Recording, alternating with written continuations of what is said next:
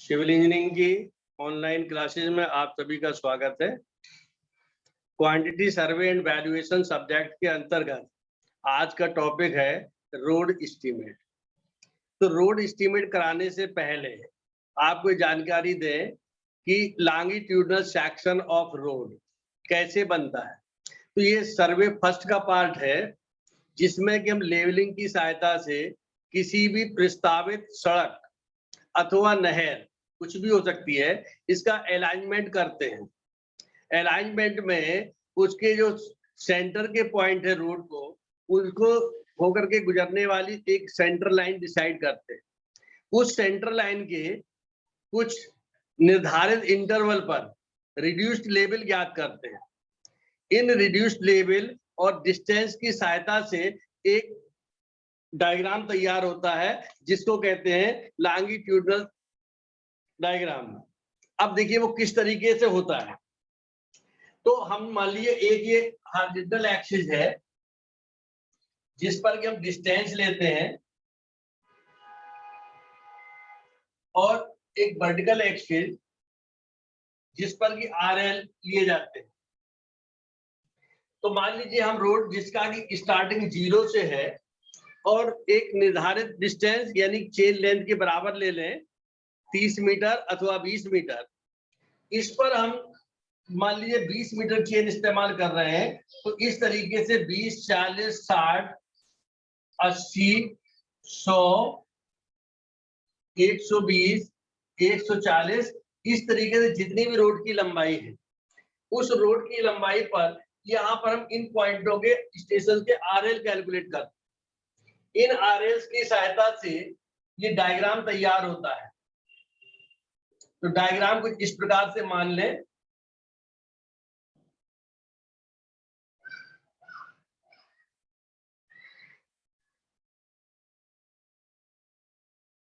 और इसको मिला दें, तो ये कहलाता है एल सेक्शन ऑफ रोड। ये कहलाता है एल सेक्शन ऑफ रोड। अब इसमें रोड किस लेवल पे बनाई जानी, उसको कहते हैं फॉर्मेशन लेवल। तो अगर हम माने कि रोड का लेवल ये है, ये कहलाएगा फॉर्मेशन लेवल।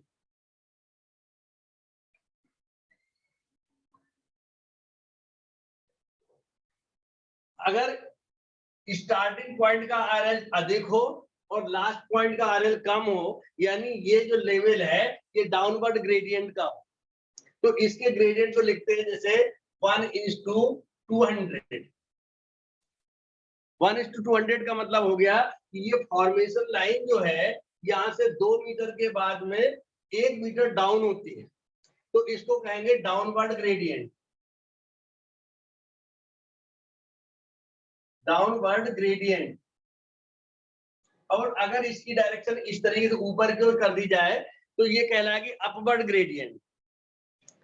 इसमें समझाने का मतलब सिर्फ इतना है कि देखिए ये हमारे जो लेवल्स हैं, ये ग्राउंड के लेवल्स हैं, और यहाँ पर जो हमारी फॉर्मेशन लेवल है, तो उसी जगह पर अगर हम ये लेवल दिखाएंगे, इसका लेवल क्या होगा, ये कहलाएगा फॉर्मेशन लाइन लेवल।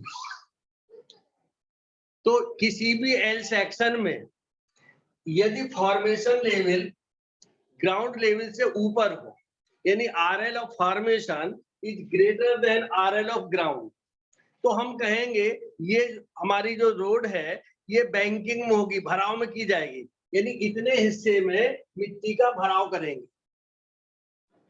और इसी तरीके से यदि मान लीजिए फॉर्मेशन लाइन ये जा रही हो, तो इसमें कहेंगे RL of formation is less than RL of ground. तो इसमें क्या होगा, इतना हिस्सा निकाल दिया जाएगा और इस लेवल पे रोड बनाई जाएगी। तो इस प्रकार की रोड कहलाएगी रोड इन कटिंग। ठीक है।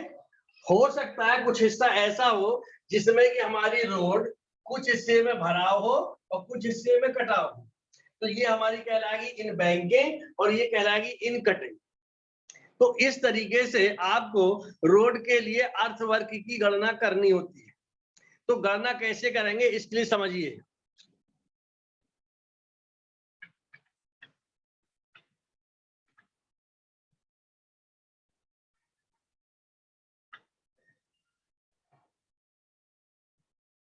तो ये समझ लिए कि जब किसी रोड का निर्माण कार्य किया जाता है तब सामान्यतया या तो हम भराव में करते हैं या हम इसके कटाव में करते हैं।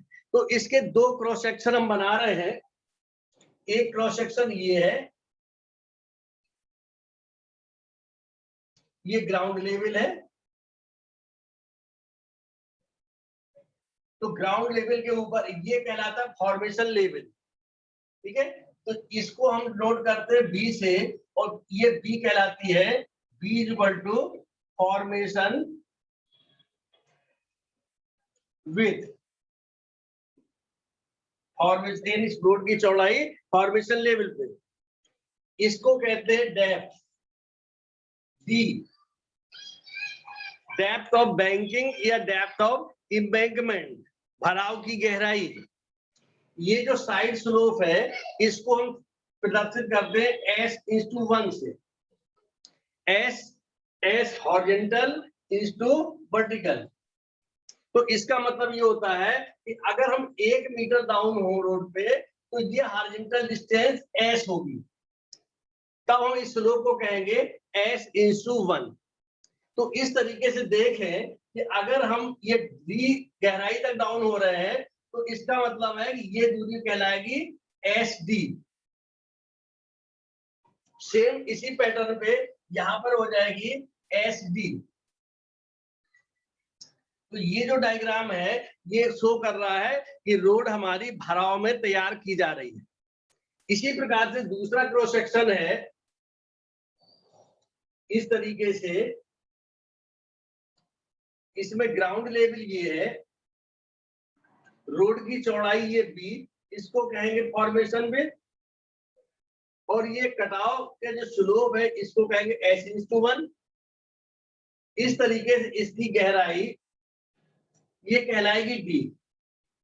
तो सेम इसी पैटर्न पे हम इसकी ये जो डिस्टेंस है हॉरिजॉन्टल ये एस डी कैलकुलेट करते हैं।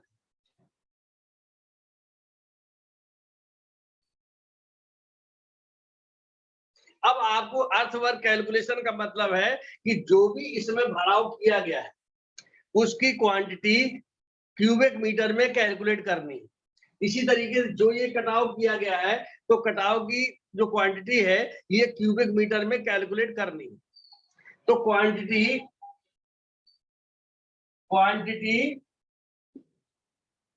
इक्वल टू वॉल्यूम, कुछ भी कहें तो ये हो जाएगा area of cross section multiplied by length. तो आपको इसका सबसे पहले एरिया निकालना है। अगर मान ले चूंकि रोड अगर बहुत ही कम है, उसके 2 क्रॉस सेक्शन से काम हो जाता तो कोई प्रॉब्लम नहीं थी। इसमें क्या है कि रोड की लंबाई किलोमीटर या मीटरों में होती है, तो इस हिसाब से ये जो डेप्थ है ये डेप्थ शो करती है कि हमारी फॉर्मेशन लेवल और ग्राउंड लेवल के बीच का डिफरेंस, जो ग्राउंड लेवल ये है और फॉर्मेशन लेवल ये है, तो दोनों के आरएल का डिफरेंस ये डेप्थ ऑफ कटिंग या हाइट ऑफ एम्बैंकमेंट कहलाती है। क्लियर? अब हम इस डायग्राम को 3 हिस्से में ले लें। एक हिस्सा हमारा ये रेक्टेंगुलर हो गया जिसकी चौड़ाई बी है और इसकी ऊंचाई डी है। 2 हिस्से त्रिभुजाकार आकृति के हैं जिसमें इसका आधार एस डी और ऊंचाई डी है। तो इसका क्षेत्रफल कितना होगा? तो क्षेत्रफल इसका हो जाएगा एरिया इक्वल टू पहले मध्य भाग का क्षेत्रफल जिसको हम कहेंगे बी इंटू डी। अब इसके बाद में इस पोर्शन का क्षेत्रफल, तो आधार गुणित लंब बटे 2 से, आधार हो गया एस डी इंटू लंब हो गया डी बटे 2। अब क्योंकि दोनों साइड में सेम ट्रायंगल है तो इसमें मल्टीप्लाइड बाई 2, दोनों को ऐड कर दें तो ये पूरा इस जो हमारा सेक्शन है इसका एरिया कैलकुलेट हो जाता है। ठीक है, तो इस तरीके से इसका क्षेत्रफल हो गया B D plus S D square. अब हमको निकालनी है क्वांटिटी, तो इसमें लेंथ की जरूरत पड़ेगी। तो हमने जैसे अभी इसके जस्ट पहले बताया है कि हम एक रेगुलर इंटरवल पे हम आरएल कैलकुलेट करते हैं। मान लीजिए वो रेगुलर इंटरवल 20 मीटर हो, 30 मीटर हो, या जो भी इसमें लिया गया हो। तो अब देखिए एल डिस्टेंस यानी कि ये इस तरीके से हम क्रॉस सेक्शन ले लें। एक क्रॉस सेक्शन ये है, ठीक है। तो इस तरीके से ये हमारी लेंथ कहलाएगी। ये लेंथ का मतलब हो गया कि हमने कितने इंटरवल पर ये आरएस कैलकुलेट किए हैं। तो अगर इस ये जो है हमारा जो सेक्शन है, तो अब देखिए इसमें यहां पर गहराई D1 होगी, यहां पर गहराई इस तरीके से, ये गहराई D2 होगी। इस तरीके से जितनी भी रोड की लंबाई होगी, हर स्टेशन पर जहां पर हमने आरएल कैलकुलेट किए हैं, उन सभी जगहों पर ये हाइट जो है ये डिफरेंट होगी। ऐसी स्थिति में हमको इसका कैलकुलेशन कैसे करेंगे ये आपको बताया जाएगा, ठीक है। तो इसके लिए 3 मेथड जो है इस्तेमाल किए जाते हैं। उनमें से आप कोई भी एक मेथड का इस्तेमाल करके क्वांटिटी निकाल सकते हैं। तो सबसे पहला मेथड कहलाता है मिड सेक्शनल एरिया मेथड। क्या कहलाता है? Mid sectional area method. यानी कि जैसे हमने दो जगह पे ये खंड लिए, एक जगह शुरुआत में इसकी डेप्थ D1 हाइट और दूसरे D2, तो हम इसके बीच में एक क्रॉस सेक्शन ले लें इस तरीके से, और उसका एरिया निकाल करके और इससे लंबाई से मल्टीप्लाई कर। तो इसको दोबारा समझने की कोशिश कीजिए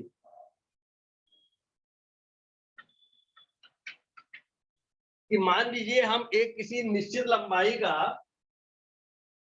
रोड ले रहे हैं, मान लीजिए जिसकी लंबाई L है, तो ये हमारा खंड हो गया जिसकी गहराई D1 है। अब इसके बाद में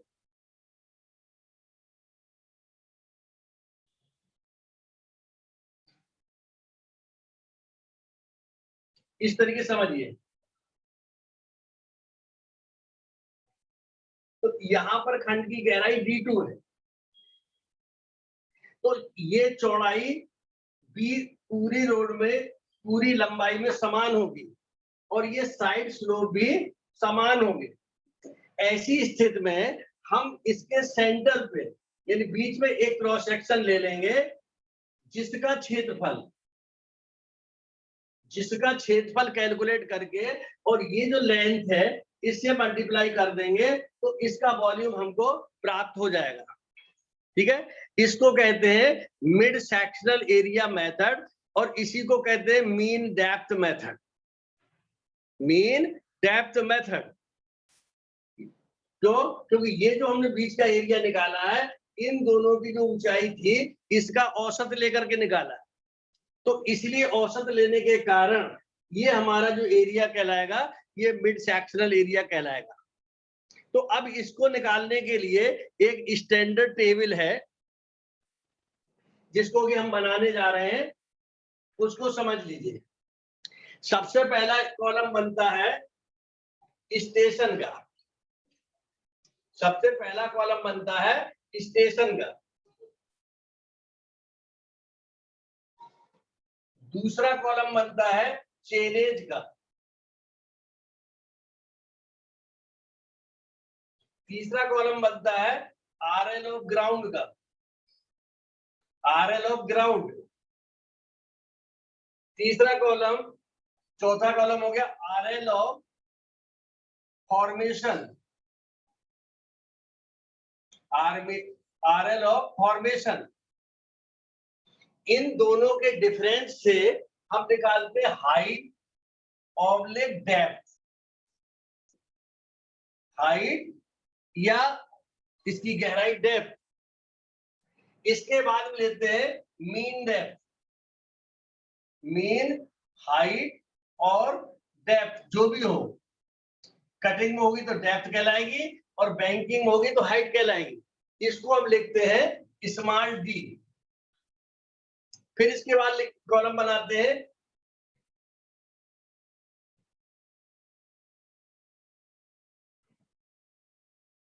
area of central portion, central portion, जो आपको डायग्राम दिखाया था, बीच में जो भाग आयताकार था और दोनों किनारों में त्रिभुजाकार, तो बीच का जो पोर्शन था उसका एरिया था बी इंटू डी। तो एक कॉलम बनाएंगे बी डी का। इसके बाद लिखेंगे एरिया ऑफ साइड पोर्शन कह लीजिए या स्लोप कह लीजिए, जिसको लिखेंगे एच डी स्क्वायर। क्यों? क्योंकि आपने जो निकाला था B D plus H D square, तो बी डी था मिडिल पोर्शन का एरिया और एच डी था एच डी स्क्वायर जो किनारे के दो त्रिभुज थे उनका क्षेत्रफल। तो इस तरीके से हमको ये जो वैल्यू है ये टेबल फॉर्म में लानी होती है। ठीक है, तो ये हो गया बी डी, अगला कॉलम है एच डी स्क्वायर। फिर इसके बाद बनाएंगे टोटल एरिया, इसको लिखेंगे B D plus H D square. इसके बाद यहां पे लिखेंगे लेंथ, कैपिटल एल, ये लेंथ हो गई। इसके बाद लिखेंगे क्वांटिटी, क्वांटिटी इसके लिए लिखेंगे formula B D plus H D square into L. अब इसमें दो कॉलम बना देंगे, एक कॉलम कहलाएगा एम्बैंकमेंट या बैंकिंग में, क्वांटिटी इन बैंकिंग लिख दीजिए या एम्बैंकमेंट लिख दीजिए। दूसरे की क्वांटिटी ऑफ कटिंग। तो इस तरीके से ये table mid sectional area method के लिए ये तैयार हो जाती है। ठीक है, अब इसमें जो बी और डी एच डी है, तो इसके टॉप पे लिख दे बी इक्वल टू जो भी इसकी फॉर्मेशन पे दी हो, इसके बाद एस। अब अगर हमारी रोड जो है ये भराव में है या कटाव में है, दोनों स्थितियों में जो इसका साइड स्लोप है वो अलग अलग होता है। ठीक है, कटाव के लिए हम 1:1.5 का इस्तेमाल करते हैं और भराव के लिए 2:1 का। ठीक है, अथवा जो भी आपको, ये निर्भर करता है मृदा की क्वालिटी के ऊपर। ठीक है, तो इस तरीके से अब देखिए, पहले हम इसमें एक क्वेश्चन कराते हैं। आप क्वेश्चन को ध्यान से सुन लीजिए और फिर इसके बाद में जो है, क्योंकि टेबल अगर बिगाड़ देंगे तो फिर दोबारा बनानी पड़ेगी। तो क्वेश्चन को ध्यान से सुनिए और इसके बाद उसको पहले सॉल्व कराते हैं, फिर आगे पढ़ाते हैं। Estimate the quantity of earthwork, estimate the quantity of earthwork for a portion of a road for 400 meter length, 400 meter length from the following data, from the following data। अब क्या क्या दिया है? दिया है आरएल ऑफ फॉर्मेशन। देखिए, अब जो डाटा दिए हैं उसमें हम यहाँ पे लिखे दे रहे हैं। स्टेशन 1 से लेकर के स्टार्ट कर रहे हैं, स्टेशन 1 2 3 4 5 6 7 8 9। इसके बाद में इसमें देखिए चैनेज में जो है क्या दिया है, पहले नंबर का चैनेज होगा 1000, पहले नंबर का चैनेज हो गया 1000। इसके बाद में दूसरे नंबर का चैनेज 1040, इसका मतलब हो गया 40-40 मीटर के इंटरवल पर ये रीडिंग्स ली गई है। तो हम 40-40 मीटर के इंटरवल पर 400 मीटर की रोड है, कितनी है 400 मीटर की, तो ये हो जाएगा 1080, 1120, 1160, 1200, 1240, 1280, 1320, 1360 और 1400। तो इस तरीके से ये चैनेज वाले कॉलम में इसको लिख दिया गया है 10 और 11 नंबर। ठीक है, तो इस तरीके से चैनेज हो गया। अब लिखा आरएल ऑफ ग्राउंड, तो आरएल ऑफ ग्राउंड कितना है देखिए, तो पहले स्टेशन पे जहां पर 1000 चैनेज है, यानी ये रोड का जो टुकड़ा लिया गया है 1 किलोमीटर के बाद का लिया गया है, तो इसलिए इसमें हमने यहाँ पे लिख दिया 51 50.00 50.90 RL ऑफ ग्राउंड है 50.50 50.80 50.60 50.70 इसके बाद 51.20 51.40 51.3 51 और 50.60 ये RL ऑफ ग्राउंड दे रखे हैं। ठीक है, अब इसके बाद में सुन लीजिए आगे का question. RL of formation at 100 metre chainage, यानी यहाँ पे जो शुरुआत का चेनेज है 1000, यहाँ पे RL ऑफ फाउंडेशन जो फॉर्मेशन है ये है 52 मीटर, ये है 52 मीटर यहाँ पे दे रखा है। अब इसके बाद में एंड ग्रेडियंट ऑफ फॉर्मेशन 1:200, यानी जो रोड का फॉर्मेशन लेवल दिखाया था पहले इस तरीके से, तो इसका ग्रेडियंट है 1:200। तो चूंकि 1:200 का मतलब ये हो गया कि अगर हम 200 मीटर हॉरिजॉन्टल डिस्टेंस तय करें तो 1 मीटर डाउन। ठीक है, अब चूंकि इसमें जो रीडिंग्स ली गई है चेनेज पे ये 40-40 मीटर पे ली गई, तो 200 मीटर हॉरिजॉन्टल पे 1 मीटर, तो 40 मीटर पे कितना हुआ? तो 40 मीटर के लिए ये कैलकुलेट करेंगे। तो देखिए कैसे निकालेंगे, 200 मीटर पर 1, तो 1 मीटर पे 1/200, तो 40 मीटर पे इसको सॉल्व करेंगे तो ये हो जाएगा 0.20, यानी 20 सेंटीमीटर। तो यहाँ पे स्टार्टिंग में RL ऑफ फॉर्मेशन दे रखा है 52। तो ऐसी स्थिति में हम प्रत्येक 40 मीटर के बाद 20 सेंटीमीटर जो है इसका RL कम करते जाएंगे। तो RL ऑफ फॉर्मेशन निकालने के लिए ये तरीका होता है कि जो इसका रेशियो दिया है और कितनी डिस्टेंस पर हमने RL कैलकुलेट किया है, तो उस डिस्टेंस से मल्टीप्लाई करेंगे तो ये हमारा वैल्यू प्राप्त हो जाता है।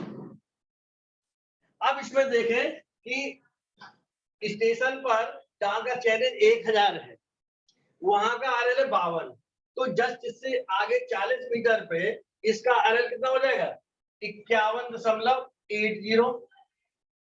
फिर इसके बाद कितना हो जाएगा 51.60 51.40, फिर हो जाएगा 51.20 51.00, फिर 50.80 50.60 50.40 50.20 और इसके बाद में लास्ट में 50। तो इस तरीके से जो हमारा ग्रेडियंट दिया था उस ग्रेडियंट के आधार पर हमने इसके जो है RL कैलकुलेट कर दिया। अगर यही RL जो ग्रेडियंट था अगर ये अपवर्ड ग्रेडियंट होता तो इसका ये जो वैल्यू आई है फॉर्मेशन के जो RL है स्टार्टिंग पॉइंट का, इसमें जोड़ते जाते हैं। तो ये ध्यान रखना है कि जो हमारा फॉर्मेशन का ग्रेडियंट है वो डाउनवर्ड में है तो घटाएंगे और अपवर्ड में है तो जोड़ करके निकालेंगे। क्लियर? तो अब इसके बाद में देखिए अगला कॉलम दिया है height oblique depth. Height oblique depth से कैसे निकालेंगे? तो इसमें करना ये है कि RL ऑफ फॉर्मेशन से RL ऑफ ग्राउंड घटाएं। RL ऑफ फॉर्मेशन से RL ऑफ ग्राउंड को घटाएं। घटाने के पश्चात यदि ये पॉजिटिव आती है तो हम कहेंगे ये बैंकिंग में है। अगर RL ऑफ ग्राउंड लिख लीजिए, RL of formation minus RL of ground is equal to positive, is equal to positive, तो हम इसको कहेंगे बैंकिंग। ठीक है। और RL of formation minus RL of ground is equal to negative, तो हम कहेंगे इसको कटिंग, ठीक है। और बाकी दूसरे तरीके से यदि RL ऑफ फॉर्मेशन है greater than RL of ground level तो हम कहेंगे बैंकिंग, और less than ground level RL से तो हम कहेंगे इसको कटिंग में। तो अब इसमें जो हमारा ये कॉलम है इसमें से इसको घटाएंगे, घटाने के बाद में पॉजिटिव आएगा तो भी यही लिखेंगे, और निगेटिव आएगा तो उसके आगे निगेटिव साइन लगा देंगे। तो देखिए इसको इससे घटा रहे हैं तो पहला हो गया 1, दूसरा हो गया 0.90, ठीक है। इसके बाद में 1.10 यानी 51.6 से 50.50 घटाएंगे तो 1.1। इसी तरीके इसको घटाएंगे 0.60, ये भी आ जाएगा 0.60, ये आ जाएगा 0.30। अब देखिए ये कम है ये ज्यादा है, तो जब इसमें से इसको घटाएंगे तो वैल्यू निगेटिव आएगी, निगेटिव मीन्स कटिंग। तो आपको यहां पर लिख देंगे माइनस का 0.40, इसमें से इसको घटाएंगे तो ये हो जाएगा 0.80। इसी तरीके से बढ़ते जाएं, माइनस का 0.90, माइनस जरूर लगा, माइनस का 0.80, और लास्ट में हो जाएगा माइनस का 0.60, ठीक है। अब इसको समझिए, इसमें है क्या कि यहां पर देखा आपने यहां से लेके यहां तक ये पॉजिटिव में थे, तो हम कह सकते हैं यहां पर रोड हमारी भराव में। अब लेकिन इसके जस्ट बाद जहां का चेनेज 1240 है, 1240 चेनेज पे ये निगेटिव होना शुरू हो गया, तो इसका मतलब हो गया इसके आगे का हिस्सा जो है, आगे का जो हिस्सा है वो हमारा कटाव में है। तो कभी भी देखिए जहां पर रोड भराव से कटाव में जाए या कटाव से भराव की ओर जाए, तो इसका मतलब ये है कि बीच में ऐसी एक जगह निश्चित है जिसपे ना कटाव हो ना भराव हो, तो उस जगह को हमें सबसे पहले इंडिकेट करना है कि वो कौन सा चेनेज है जिस जगह पर कटाव और भराव कुछ भी नहीं है। तो देखिए कैसे शो करेंगे, समझ लीजिए इस बात को।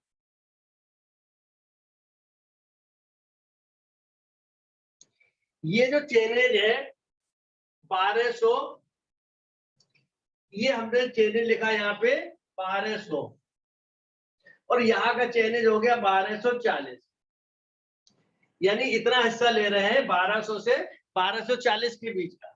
इसमें देखिए 1200 पे हाइट ऑफ बैंकिंग है 30 सेंटीमीटर, तो हमने यहाँ पर इसको 30 सेंटीमीटर इस तरीके से वर्टिकल लाइन खींच करके यहाँ पे लिख दिया 0, और 1240 जो चेनेज है यहाँ पे माइनस है, माइनस का मतलब कटिंग से है, तो यहाँ पर हमने नीचे की ओर ये डिस्टेंस हमारी 40 सेंटीमीटर यानी 0.4 मीटर। अब इन दोनों लेवल्स को मिला दिया इस तरीके से, यानी ये हमारा ग्राउंड इस तरीके से जा रहा फॉर्मेशन लेवल, ठीक है। तो अब इसमें देखें कि ये जगह ऐसी है जहां पर भराव कितना है 0, कटाव कितना है 0, यानी यहां से यहां तक हमारा जो रोड था ये भराव में था, यहां से कटाव शुरू हो गया यहाँ, बाकी पूरी आगे की रोड कटाव में है। तो इस डिस्टेंस को सबसे पहले हम कैलकुलेट करते हैं। तो मान लीजिए ये डिस्टेंस x कितनी है, x है, ये टोटल डिस्टेंस कितनी है 1240, और स्टार्टिंग में 1200, यानी ये डिस्टेंस हो गई 40 मीटर। हम इसको लिख सकते हैं 40 माइनस x मीटर, ठीक है।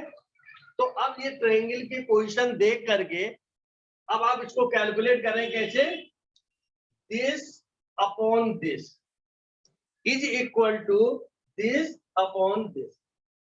यानी अगर हम कहें कि ये एंगल थीटा है तो हम कह सकते हैं tan theta is equal to लंब बटे आधार। तो इस तरीके से हो गया 0.30 बटे x इज इक्वल टू 0.40 बटे 40 माइनस x। अब इसमें -40 नहीं लिखेंगे, -40 नहीं लिखेंगे, माइनस का जो साइन है वो सिर्फ ये शो करता है कि यहाँ पर हमारा कटाव है। ठीक है, तो इस तरीके से हमने ये लिख दिया। अब हम इसको सॉल्व करें, जब इससे मल्टीप्लाई करेंगे तो ये हो जाएगा 12 minus 0.30x is equal to 0.40x। तो इस तरीके से 0.7x इज इक्वल टू 12। तो इससे x की वैल्यू आ गई 17 पॉइंट समथिंग है, तो हमने इसको 17 मीटर ले लिया। ठीक है, तो हम ये कह सकते हैं कि ये 1200 मीटर है और इस पॉइंट का चैलेंज हो गया 1217। तो 1217 मीटर का जो चैलेंज है उस जगह पर कटाव और भराव की मात्रा 0 है। तो इस टेबल में इस पॉइंट को लिखना जरूरी है। तो देखिए ये है 1200 और ये 1240, तो हमने यहाँ पे बीच में लिखा 1217। बाकी आरएल ऑफ ग्राउंड के कॉलम में डैश, आरएल ऑफ फॉर्मेशन के कॉलम में डैश, या हाइट और डेप्थ जो है ये लिख दिया 0.0। क्लियर? अब इसके बाद निकालनी है मीन डेप्थ। मीन डेप्थ निकालने के लिए पहले वाले कॉलम में डैश लगा दें। अब इसमें इसको जोड़ करके डिवाइडेड बाय 2 करें तो ये हो जाएगा 0.95। इसको जोड़ के करेंगे तो जिस इसमें इसको जोड़ रहे हैं लिखेंगे इसके सीधे में, तो ये हो जाएगा 1.00।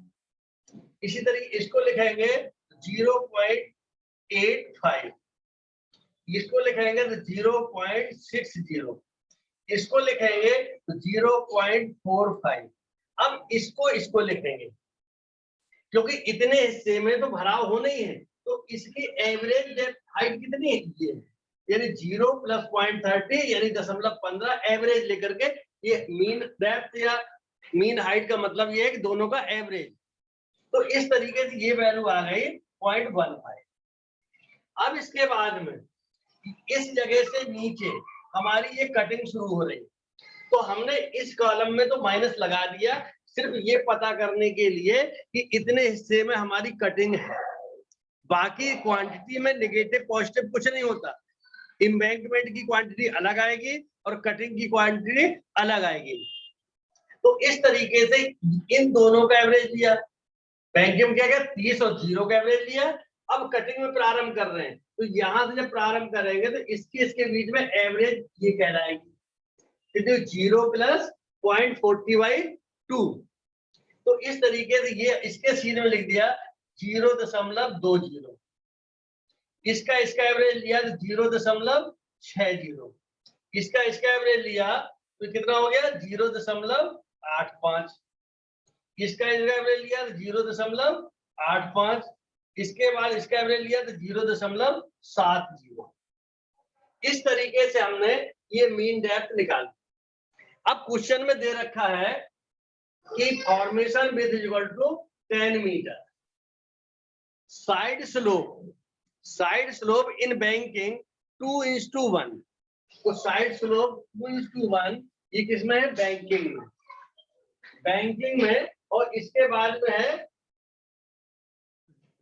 1/2:1 एस, यानी ये हो गया एस स्लोप हमारा S:1 और इधर हो जाएगा S:1 कटिंग में हो जाएगा 1/2 यानी 1.5:1। ये कटिंग का स्लोप है।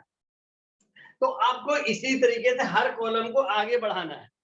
तो आप देखिए B × D, इसमें B की वैल्यू 10 मीटर, तो जितनी भी डेप्थ यानी ये D है और B ये है, इन दोनों से मल्टीप्लाई करके जिससे मल्टीप्लाई करें उसके सीध में हम इसको अंकित कर रहे हैं। तो 9.95 × 10 यानी पहले कॉलम में डैश 9.50 10.00 8.50, 6.00, 4.50, 1.50 और ये हो जाएगी 2.00। अब इसमें माइनस लगाने की जरूरत नहीं है, आप जहां पे ये माइनस लगा है इसके आगे आप समझ लें कि ये हमारी कटिंग में है। इसके बाद में ये हो गया 6.00, 8.50, 8.50 और 7.00। अब इसके बाद में यहां से लेकर के यहां तक का जो हिस्सा है इसके लिए एस की वैल्यू 2 और इसके नीचे जो है इसके लिए एस की वैल्यू 1.5। तो आप क्या करेंगे, इस डी का स्क्वायर करेंगे और इसमें 2 से मल्टीप्लाई कर देंगे। ठीक है, इसका स्क्वायर करके 2 से मल्टीप्लाई करके एच डी स्क्वायर वाले कॉलम में लिखते जाएंगे। तो देखिए एच डी स्क्वायर वाले कॉलम में इसको करेंगे तो ये हो जाएगा 1.81 यानी इसका स्क्वायर और इंटू 2। इसी तरीके से 2.00, 1.45, 0.72, 0.41 और इसके बाद में 0.05। ये यहां तक हो गया। अब इसके बाद कटिंग शुरू हो गई तो इसके लिए s की वैल्यू 1.5 लेंगे, इसके लिए s की वैल्यू 1.5 लेंगे तो d स्क्वायर इंटू 1.5, तो d स्क्वायर इंटू 1.5 करेंगे तो ये वैल्यू आ जाएगी 0.06 और इसके बाद ये वैल्यू आ जाएगी 0.54। आगे इस तरह के बढ़ते रहे 1.08, 1.08 और ये वैल्यू हो जाएगी 0.74। ठीक है, तो इस तरीके से BD और HD स्क्वायर इन दोनों के कॉलम फिलअप हो गए। अब आगे लेके चलना है टोटल एरिया। टोटल एरिया निकालने के लिए दोनों कॉलम हमने निकाल दिया BD और HD स्क्वायर, इन दोनों को ऐड कर दो। इन दोनों को ऐड करें तो देखिए एक कौन सा कॉलम, ये और दूसरा ए। अब इससे कोई लेना देना नहीं है तो इसको जब ऐड करेंगे तो 11.31, 12.00, 9.95, 6.72, 4.91, 1.55, इसके बाद ये हो जाएगा 2.06, 6.54, ये हो जाएगा 9.58 और ये हो जाएगा 9.58, 7.7। देखिए टेबल फॉर्म में बनाने से कितना भी लंबा क्वेश्चन हो या कितनी भी लंबी कैलकुलेशन हो आप उसको बड़े आसानी से कर सकते हैं। खाली आपको ये कॉलम याद रखने पड़ेंगे कि हमको कैसे कॉलम बना करके उनको कैसे फिलअप करना है। अब देखिए ये आता है कॉलम लेंथ का, तो पहले तो हमने लगा दिया इसमें डैश। अब देखें चेनेज वाले कॉलम में ये जो है पहले में जब डैश लगा दिया तो पहले और दूसरी रीडिंग में इसमें कितनी लेंथ है, ये है 1000 और ये 1040। तो इसका मतलब दोनों के बीच में जो डिस्टेंस जो है वो L = 40 मीटर। इसी तरीके से 1040 से 1080 के बीच में, यानी इसके सभी 40-40 के डिफरेंस में है। अब इसमें देखो कहां तक हो गए। अब देखें यहाँ पर क्या है, ये जो 1200 के चेनेज पे है ये हमारी डेप्थ हाइट ऑफ बैंकिंग की 0.3, 1217 चेनेज पर डेप्थ 0 हमने कैलकुलेट की तो इनके बीच में जो डिस्टेंस थी वो 17 मीटर है तो इसके सीधे में 17 मीटर लिखेंगे। अब इसके बाद देखें 1217 पे 0 और 1240 पे 40 सेंटीमीटर, तो इनका डिफरेंस कितना हुआ, 1240 में से 1217 घटा दिया यानी कि 23 मीटर। बाकी सब पोर्शन में इसमें 40 मीटर, 40 मीटर, 40 मीटर और 40 मीटर। अब देखिए ये फार्मूला लिखा है BD plus HD square into L। BD plus HD square का ये कॉलम है, L का ये कॉलम है, इन दोनों को मल्टीप्लाई करके इसमें लिख, जो बैंकिंग में है वो इस कॉलम में लिखेंगे और जो कटिंग में है उसको इस कॉलम में लिखेंगे, क्योंकि कटिंग का क्वांटिटी और बैंकिंग की क्वांटिटी दोनों के रेट अलग अलग होते हैं, जरूरत पड़ने पर हम इसकी कॉस्ट निकाल सकते हैं। तो देखिए इसको 40 से मल्टीप्लाई करें कितना आता है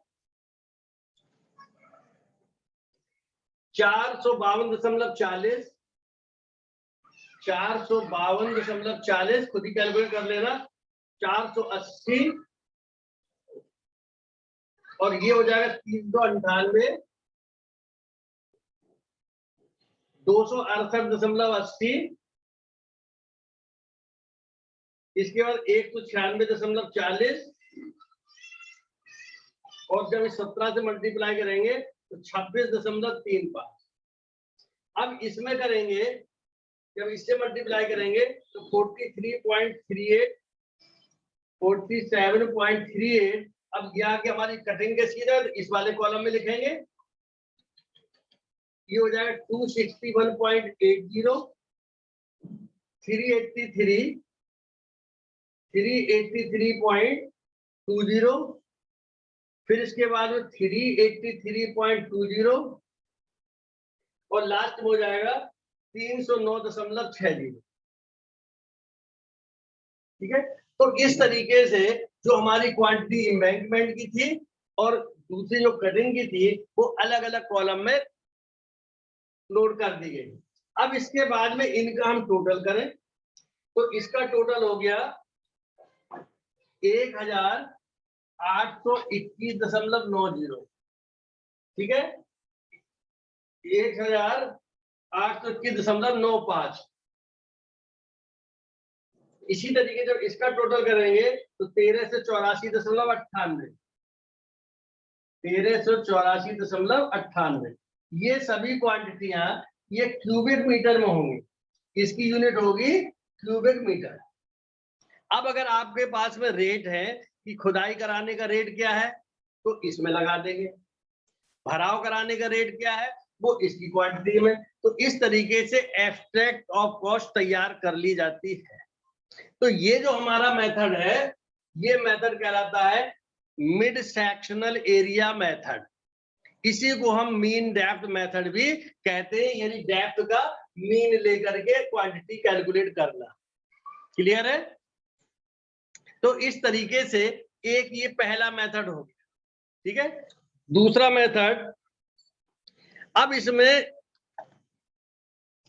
इसका ये जो डायग्राम था सेक्शन का, ये डायग्राम है,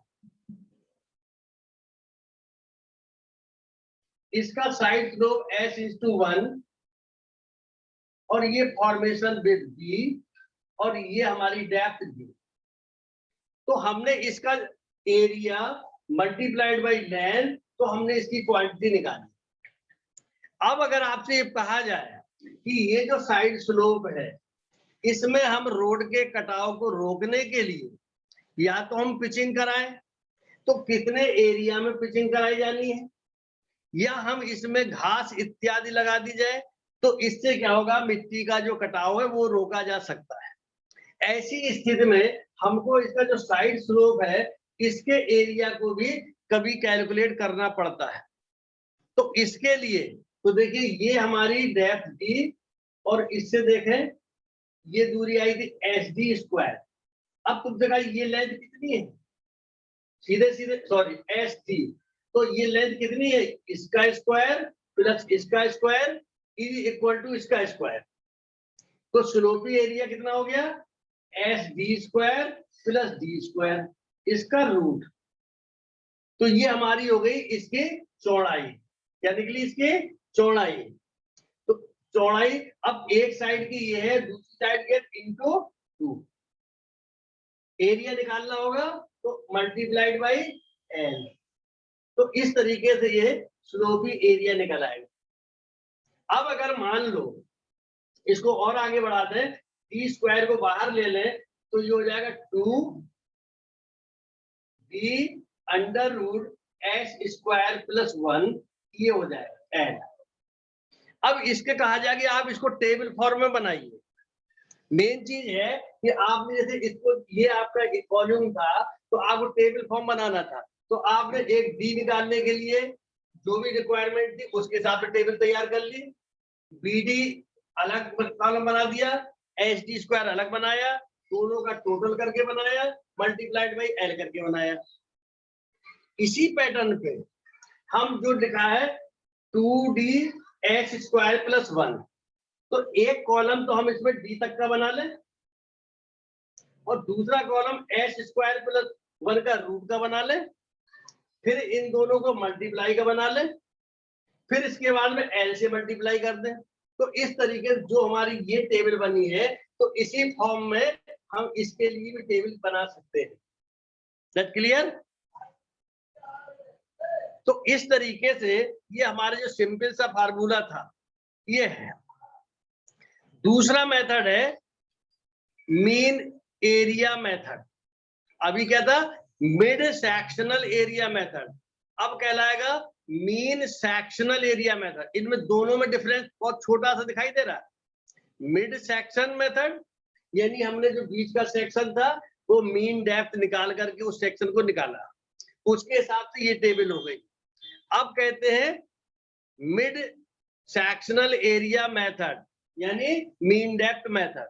अब दूसरा कौन सा है? Mean sectional area. तो मीन और मिड दो चीजें हैं। तो अभी जो बताया था वो मिड सेक्शनल था, अब बताने जा रहे हैं mean sectional area method. Area calculate करने का, क्वांटिटी कैलकुलेट करने का फार्मूला यही है, इसमें कोई चेंज नहीं है। अब आपको समझना कितना है। अब इसी क्वेश्चन को अगर हम इस मेथड से करें तो अभी हमने क्या किया था, आगे कॉलम में डेप्थ के बाद में मीन डेप्थ का कॉलम लिखा। अब हम मीन डेप्थ का कॉलम नहीं लिखेंगे, क्या करेंगे? सीधे बीडी एचडी ये दो कॉलम बनाएंगे, फिर इसके बाद बनाएंगे टोटल एरिया यदि। तो इसमें हमने जो कॉलम ये बनाया था, समझ लीजिए बात, इस कॉलम की आवश्यकता नहीं होगी। तो जो हमने इसमें डैश लगा दिया है, अब ये डैश भी नहीं लगेगा यहाँ पे। तो अब हम इसमें जो फार्मूला है BD plus H D square, तो डी ये लेंगे, ये बी ऊपर दे रखा है तो बी से डी मल्टीप्लाई करके इस कॉलम में डायरेक्ट लिख देंगे। जबकि इसके पहले क्या किया था, डेप्थ का एवरेज लेकर के जो एवरेज आया था उससे बी को मल्टीप्लाई किया था। अब इसमें क्या करेंगे, सीधे सीधे जो डेप्थ हमारी डिफरेंस से कैलकुलेट हुई उसमें बी से मल्टीप्लाई कर देंगे। तो इस तरीके से ये चीज हमारी हम पूरा नहीं करेंगे, आपको एक दो समझा दे रहे हैं, उसको आप समझ लीजिए। तो ये हमारा हो गया 1 इंटू 10 यानी 10, 0.9 इंटू 10 यानी 9। इसी तरीके से करते हैं 11.0, 6.00, 6.00 और यहाँ पे 3.00 और यहाँ पे हो गया 0, ये हो गया 4.00, 8.00, 9.00, 8.00 और 6.00। तो ये कॉलम हमारा हो गया बीडी का। अब इसके बाद में एच डी स्क्वायर, अगला कॉलम एच डी स्क्वायर। तो अब देखिए डी तो हो गया 1, एस हो गया 2, तो डी स्क्वायर यानी 1 का स्क्वायर 1 और यहाँ पे कॉलम हो गया 2। अब यहाँ पे हो गया 0.9, 0.9 का स्क्वायर यानी 0.81, 0.81 इंटू 2 1.62, ये हो गया 1.62। अब इसी तरीके से आगे बढ़ते जाए, 1.1 का स्क्वायर, 1.1 का स्क्वायर इंटू 2, ये हो गया 2.42। 2.42.6 का स्क्वायर इंटू 2, 0.72, ये भी हो गया 0.72, 0.18 और यहाँ पे 0। ठीक है, तो इसी तरीके से नीचे भी कैलकुलेट कर लेंगे। क्लियर? कैलकुलेट करने के बाद में अब अगला कॉलम जो बना था BD स्क्वायर, ये भी ऐसे ही रहेगा। तो इस कॉलम में जब दोनों को जोड़ के लिखेंगे तो ये होगा 12.00, 10.62, 13.42, 6.72, 6.72, 3.18 और फिर यहाँ 0 और उसी तरीके से ये लिखते चले जाएंगे जो भी आएगा। तो ये एरिया हो गया। अब इसके बाद चूंकि मेथड का नाम क्या है, मेथड का नाम है मीन सेक्शनल एरिया। तो जो हमने एरिया निकाले हैं अब इसका मीन लेना है, अब इसका मीन लेना है। तो इसका मीन लेंगे तो अब यहाँ पे लिखेंगे मीन एरिया, यहाँ पे लेंथ वाला कॉलम हटा के लिख देंगे मीन एरिया। तो ये हो जाएगा पहले वाले कॉलम में डैश, अब ये प्लस ये बटे दो यहाँ लिखेंगे, ये प्लस ये बटे दो यहाँ लिखेंगे। इस तरीके से कंटिन्यूशन बढ़ते जाएंगे, लास्ट में ये प्लस ये यहाँ पे लिखेंगे। इसी तरीके जो कटिंग में आएगा तो उसमें यहाँ से जो भी आएगा उसका प्लस करके लिखेंगे। ठीक है, तो देखिए ये कितना हो गया 12 यानी 11.31। इसको सॉल्व करेंगे तो कितना हो जाएगा 10.62 प्लस 13.42 डिवाइडेड बाई 2 यानी 12.02, 12.02 जोड़ के इस तरीके से इसको कर ले 13.42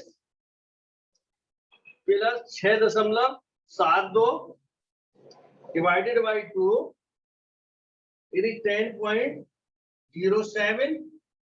ठीक है, इसका यही आ जाएगा 6.72